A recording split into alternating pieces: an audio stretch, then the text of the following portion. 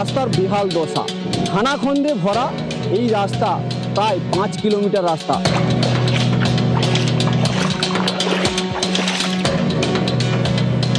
উত্তর 24 পরগনার বনগাঁ বাগদা সড়কের বেহাল দশা। যে গর্ত রয়েছে, এই গর্ত 44 ইঞ্চি।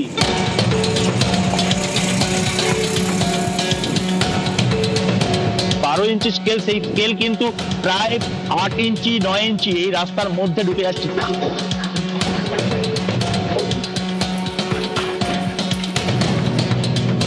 এই রাস্তায় লাফিয়ে লাফিয়ে হাঁটতে হচ্ছে, যেন ব্যাং লাফানি প্রতিযোগিতা চলছে এই রাস্তা জুড়ে।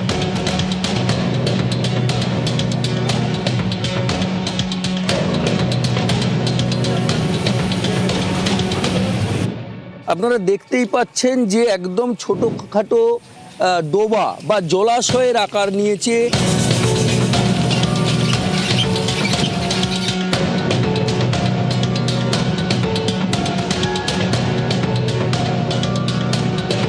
এই গর্তটা যদি দেখা যায়, প্রায় এটা দেখা যাচ্ছে প্রায় 2 ফুটের ওপর গর্ত।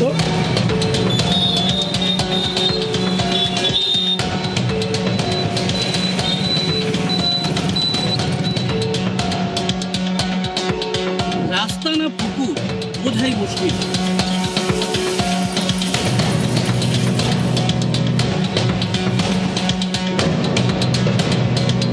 2 ফুট 2 থেকে 3 ইঞ্চি গর্ত।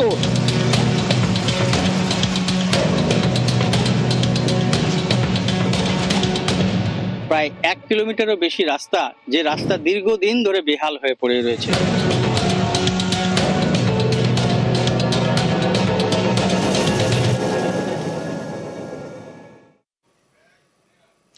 দেখছেন নিউজ 18 বাংলা। আমি রুমেলা রয়েছি আপনাদের সঙ্গে। আমাদের সহকর্মীরা জেলার প্রতিটা প্রান্ত থেকে যে ছবি আপনাদের সামনে তুলে ধরলেন, সে ছবি দেখে আটকে উঠছেন তো, গাড্ডায় পড়ছেন তো।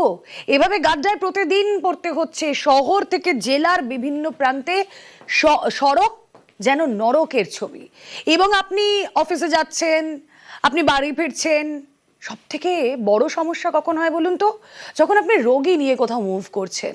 ভাবুন, গাড্ডায় গাড়ি পড়লেই শেষ, বিপদ যেন শিয়রে। আর কলকাতা থেকে জেলা এই ছবিগুলো আপনাদেরকে আমরা প্রতিনিয়ত দেখাচ্ছি। নিউজ 18 বাংলা আপনাদের সামনে তুলে ধরছে এই সড়ক যন্ত্রণা, নরক যন্ত্রণার ছবি।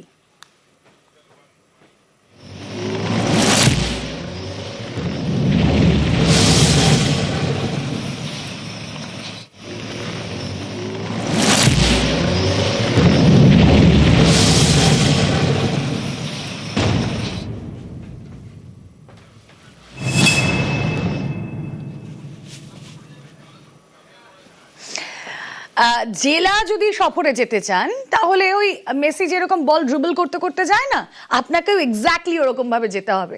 না কথাটা এমনি বলছি না, ছবিটা দেখুন তাহলে স্পষ্ট বুঝতে পারবেন যে কিভাবে এই গর্ত সেই গর্ত এড়িয়ে এড়িয়ে এড়িয়ে আপনাকে যেতে হবে। হ্যাঁ, আর এভাবেই গাড্ডায় বাঙালি প্রতি মুহূর্তে পড়ছে। দেখুন কিভাবে আপনাকে চলাচল করতে হবে, তার কারণ এক পা ছাড়া ছাড়া এই গাড্ডা।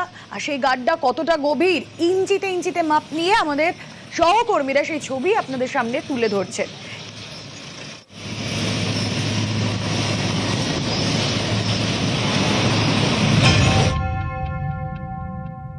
জলমগ্ন ছবি যদি তুলে ধরি, তাহলে ঘাটাল তো অবশ্যই দেখাতে হবে। দেখুন রাস্তার কি অবস্থা।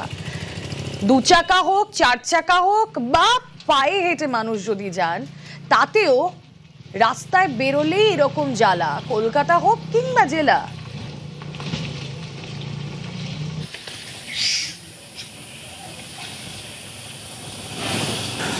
ঘাটালের কলেজ মোড় থেকে মনোহরপুর পর্যন্ত প্রায় 5 কিলোমিটার রাস্তা বেহাল দশা।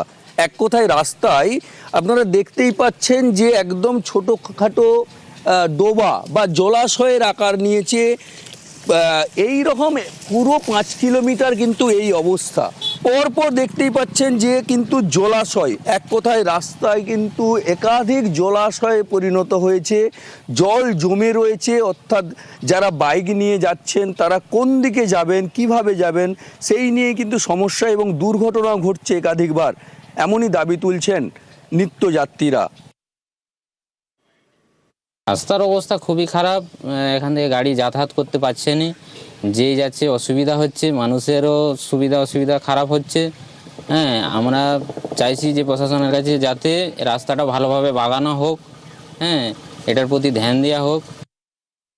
বিষয়টা হলো ঘাটাল থেকে মনোহরপুর, এই যে 4.5-5 কিলোমিটার রাস্তা 1 বছর আগে মেরামত হয়েছিল, কিন্তু মেরামত করেছে সে মেরামত কীরকম যেমন হয় জানেন, একটা ধরুন পোশাকে যদি ছিঁড়ে যায় আমরা কি করি, সে দর্জির কাছে গিয়ে তার টাপ্পি মারি, টাইপ অফ এটাই সেটাই হয়েছে, কিন্তু তার মধ্যেও দুর্নীতি। রাস্তায় নিত্যদিনের ভোগান্তি ভাবুন একবার। হ্যাঁ, ঠিক এই পরিস্থিতি হয়, কিন্তু আমরা অ্যানিমেটেড ভিডিও আপনাদেরকে দেখাচ্ছি এআই মেড, কিন্তু সত্যি কথা বলতে রাস্তায় বেরোলে ঠিক এইরকমই অবস্থা হয়। কলকাতা থেকে জেলার বিভিন্ন জায়গায় এই ছবি। আর যদি আপনি পায়ে হেঁটে যান তাহলে ঠিক এইভাবে বল ড্রিবল করতে করতে যেভাবে মেসি এগিয়ে চলেন ঠিক সেইভাবেই এগোতে হয়, গর্ত এড়িয়ে, খানাখন্দ এড়িয়ে।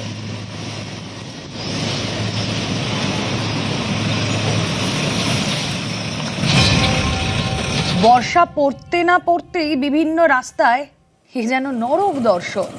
ঝাড়গ্রামের বানগড়ার ছবি দেখছেন, খানাখন্দ ভর্তি। সহকর্মী বেরিয়ে পড়েছিলেন এই রাস্তার খানাখন্দ দেখতে, হাতে তার স্কেল। দেখুন সেই ছবি এক্সক্লুসিভলি।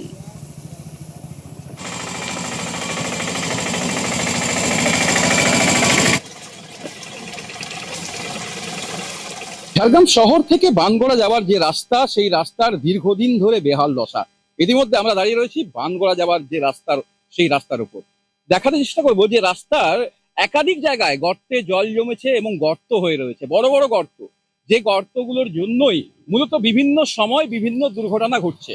এই রাস্তার যে অংশটা রয়েছে, আমি স্কেলে দেখাতে চেষ্টা করব।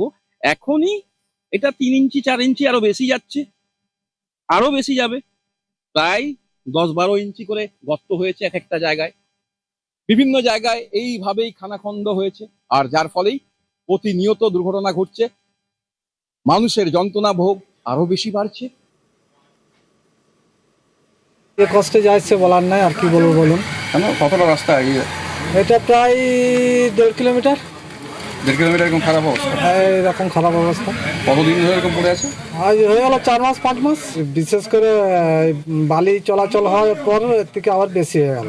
তৃণমূল আমল থেকে এরকম অবস্থা? হ্যাঁ হ্যাঁ। আপনারা কি চাইছেন? রাস্তা হোক, এটাই চাই, আর কি বলবো বলুন। এই যে রাস্তার উপর দিয়ে যাবেন, এই রাস্তাটা কি অবস্থা? অবস্থা বহুত খারাপ, আর কি। কতটা ঝুঁকির পারাপার করতে হয়? অনেক ঝুঁকি, যে কোনো সময় পুড়ে যাওয়ার ভয় আছে, বাচ্চা কাচ্চা নিয়ে যেতে আসতে। আপনারা কি চাইছেন? রাস্তাটা হোক।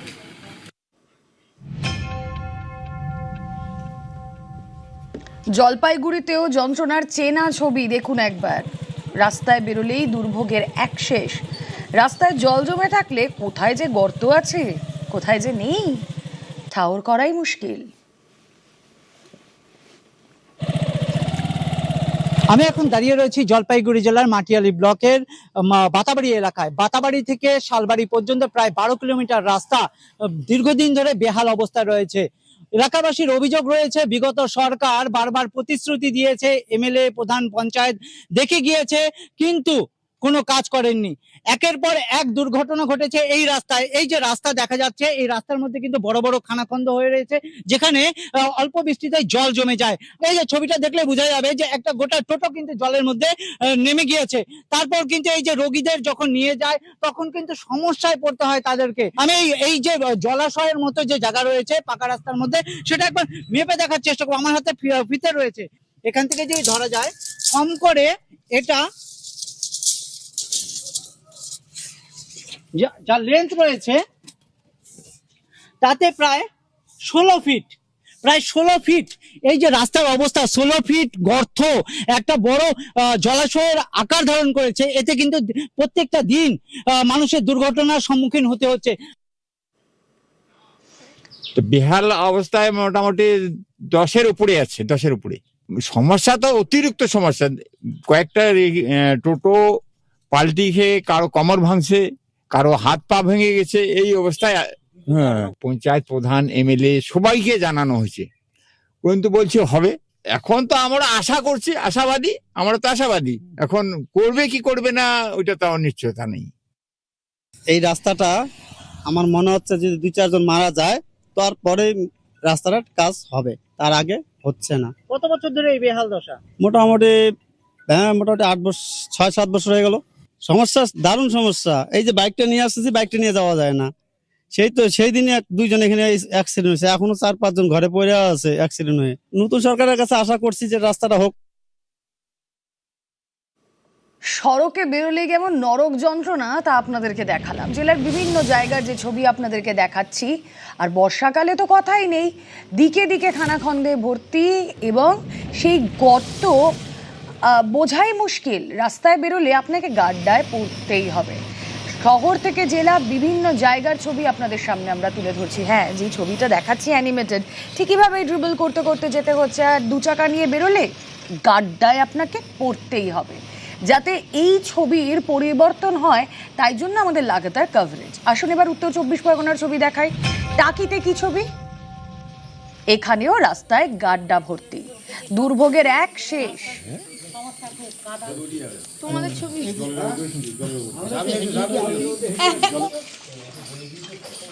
পৌর এলাকায় আমাদের রাস্তাঘাটের খুব অবস্থা খারাপ। আমরা এখানে বাস করি বটে, কিন্তু আমাদের চলার মতন রাস্তা নেই। তার মানে এত জল জমে, যার ফলে গাড়ি কোনো মতে যায় না। তবু ওরা যা করে টেনি টুনি ঠেলি ঠুলি নিয়ে যায়। রাস্তা শুধু নয়, এই রাস্তায় বাচ্চা কাচ্চা যাওয়ার সমস্যা, বয়স্ক মানুষের যাওয়ার সমস্যা, গর্ভবতী মাদের ভীষণ সমস্যা। একটা হসপিটালের সমস্যা, হসপিটালে নিয়ে যেতে গেলে রাত্রেবেলা পরিষেবা পাওয়া যাচ্ছে না।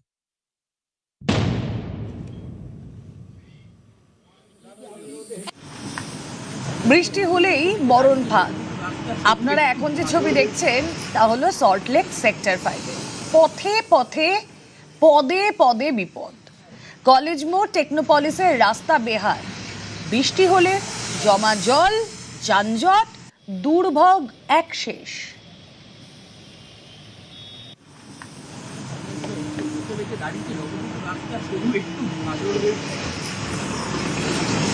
জল তো খুবই জমে এখানে, একটু বৃষ্টি হলেও জল জমে। ইনফ্যাক্ট ওখান থেকে বাস আসে এবং ঘুরে বাস এদিক থেকে আসে, এত রাস্তা খারাপ ওদিকটা। পুরো সেক্টর 5টা এরকম। গাড়ি নিয়ে আসা বন্ধ করে দিয়েছি। গাড়ি নিয়ে আসতাম, আমার একদিন এই গাড্ডার মধ্যে আমার চাকাটা পড়ে গেল, পড়ে গিয়ে চাকাটা গেল বাস্ট হয়ে, কারণ জল ওপরে জল থাকে, বোঝা যায় না। খুব অসুবিধা হয়। মাঝে তো বৃষ্টিতে এতটা জল জমে গেছে, তখন তো অনেকেই গর্তে পড়ে গেছে। জল জমলে তো এই গর্তগুলো দেখাই যায় না। আমি এখানে 3 বছর ধরে যাতায়াত করছি, 3 বছর ধরেই সেম দেখছি। জল জমলে কিছু দেখাই যায় না এখানে। জল জমা এই প্রবলেমটা যদি সলভ করা যায় তাহলে খুব ভালো হয় আমাদের জন্য।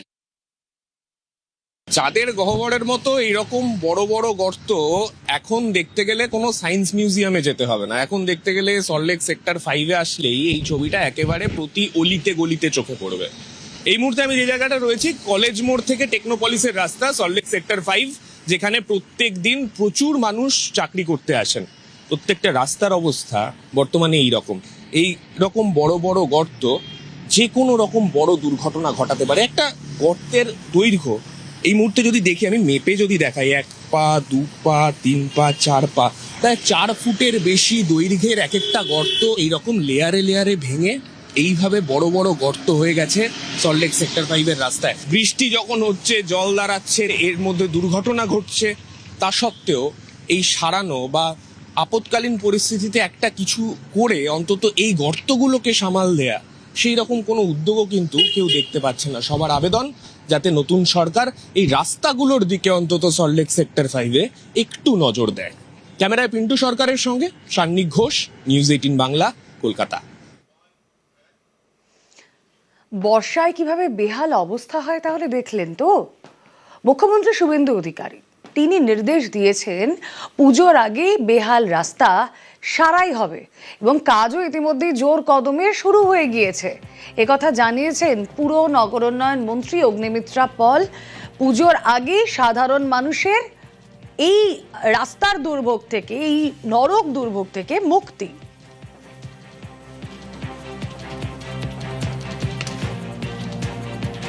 মাননীয় মুখ্যমন্ত্রী খুব স্ট্রিক্ট ইনস্ট্রাকশন দিয়ে দিয়েছেন, যত রাস্তা আছে সেটা ইউডিএম এর আন্ডারে হোক, পিডব্লিউডির আন্ডারে হোক, সেটাকে ঠিক করতে হবে 10ই অক্টোবরের মধ্যে। এবং আমাদের দপ্তরের মধ্যে যা যা রাস্তা আছে সেগুলো অলরেডি আমাদের প্রত্যেকটি মিউনিসিপ্যালিটিকে জানানো হয়েছে, ডিএমদের জানানো হয়েছে, সেই লিস্টও চলে এসছে এবং ডিপিআর করে ইমিডিয়েটলি কাজ শুরু হয়ে যাবে। 3টে লেয়ারে রাস্তা হয়, ফার্স্ট অ্যান্ড সেকেন্ড যে লেয়ার সেটা তৈরি হয়ে যাবে।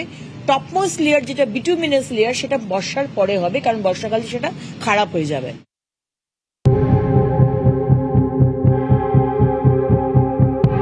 কলকাতা পুরসভার ডাবল সেঞ্চুরি পার, কলকাতা হাওড়ায় বাড়ছে ওয়ার্ড সংখ্যা, বিধানসভায় বিশেষ অধিবেশনে সংশোধনী বিল পেশ।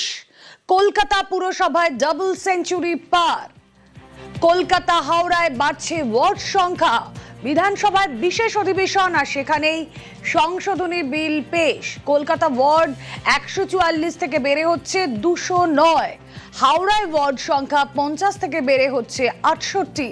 পুজোর পরেই কলকাতা হাওড়ায় পুরো ভোট। আরো একবার আপনাদেরকে জানিয়ে রাখি, কলকাতা হাওড়ায় ওয়ার্ড সংখ্যা বাড়ছে, বিধানসভায় বিশেষ অধিবেশন আর সেই অধিবেশনে সংশোধনী বিল পেশ। কথা বলবো, আবির রয়েছেন সঙ্গে। আবির, দেখো যে দুটো সংশোধনী বিল পেশের কথা, একটা হচ্ছে হাওড়া এবং হচ্ছে কলকাতা। হাওড়ার বিল পেশ হয়ে তা পাশও হয়ে গিয়েছে।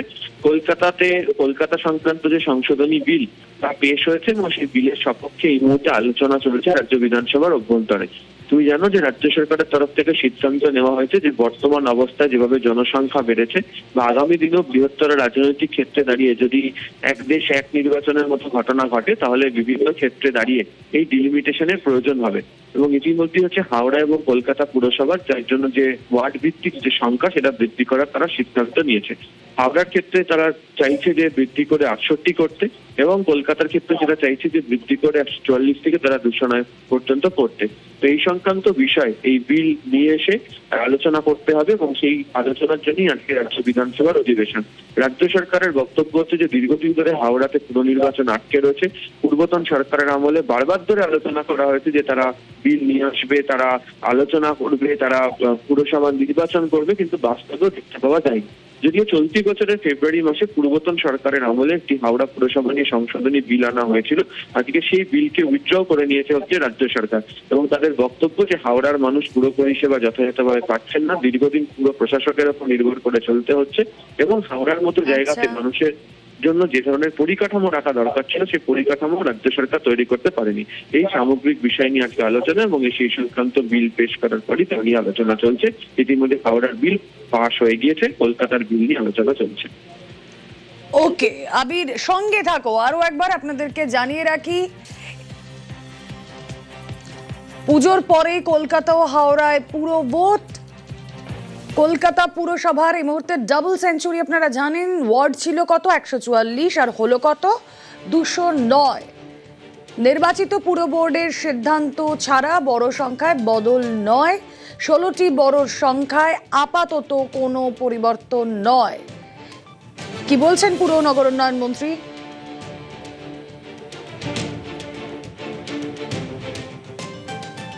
প্রশাসনিক সুবিধে ও উন্নত নাগরিক পরিষেবা প্রদানের লক্ষ্যে সংশ্লিষ্ট নিগমের ওয়ার্ড সংখ্যা বর্তমানে 50 থেকে বাড়িয়ে 68 করার এবং সেই অনুযায়ী প্রতিটি ওয়ার্ডের সীমানা পুনর্বিন্যাস করার সিদ্ধান্ত নেওয়া হয়েছে। অতএব হাওড়া পৌর নিগমের ওয়ার্ডের সংখ্যা 68 হিসেবে নির্ধারণ করার জন্য পশ্চিমবঙ্গ বিধানসভার অধিবেশনে একটি বিল পাশের মাধ্যমে উল্লিখিত প্রস্তাবটি 6/8/2026 তারিখে অনুষ্ঠিত মন্ত্রিসভার বৈঠকে অনুমোদিত হয়েছে।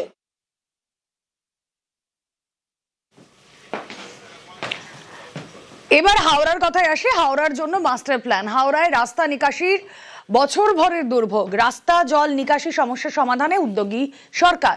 পুরমন্ত্রী সমস্যা সমাধানে হাওড়া মাস্টার প্ল্যান, এমনটাই বললেন।